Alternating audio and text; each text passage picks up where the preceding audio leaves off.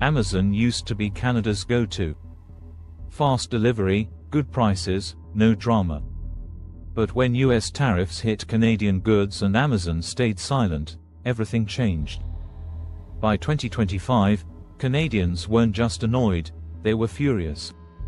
Amazon became the poster child of that anger.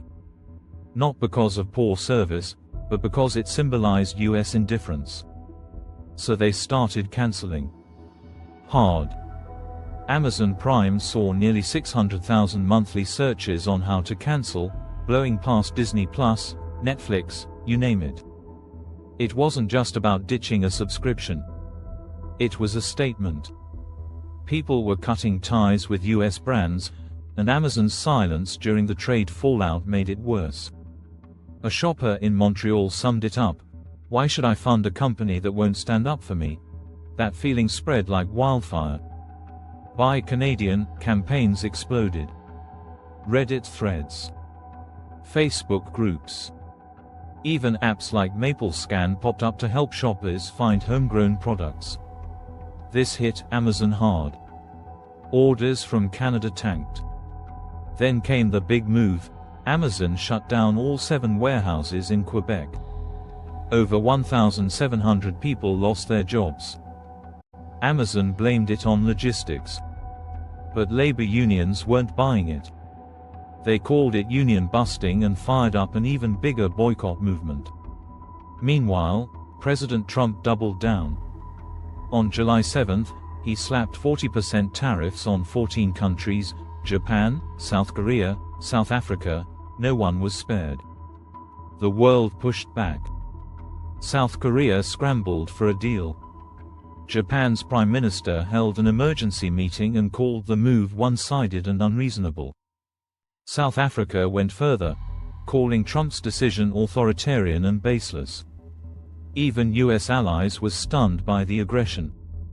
Back in the US, experts were ringing alarm bells. Wendy Cutler, a former trade negotiator, said these tariffs would backfire. And she was right. When Trump taxed imported copper at 50%, prices spiked 17% overnight. That ripple hit everything from phones to cars to homes. And who pays? Everyday Americans. Tariffs act like a hidden tax. The poorest get hit hardest. Rising prices, shrinking budgets, and more families sinking into debt. Businesses don't like chaos. Investors flee instability. And with every unpredictable move, the US risks recession. Meanwhile, Canada is playing the long game. It's becoming the calm, stable, investor-friendly option the world is looking for. Tech talent is already choosing Toronto over Silicon Valley. Why? Less drama, clearer immigration paths, and a growing economy. Prime Minister Mark Carney launched sweeping reforms, cutting red tape between provinces and chasing new trade deals in Europe and Asia. And it's working. Canada's wheat exports to the EU jumped 40%. It's now the top global food exporter, even beating the US. How? Smart strategy. Canadian farmers didn't just grow more wheat, they offered custom-tailored products. Perfect pasta wheat for Italy. Soft pastry wheat for Asia. High-tech farming sealed the deal.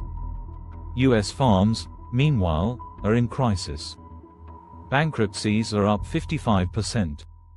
Millions of dollars in wheat contracts have quietly shifted from Kansas to Saskatchewan. With fields unharvested and shipments delayed, trust in "Made in America" has collapsed.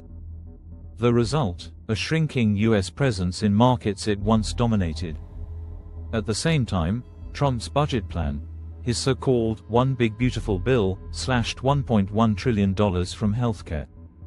That means 16 million Americans could lose insurance. Medicaid gutted. ACA subsidies gone.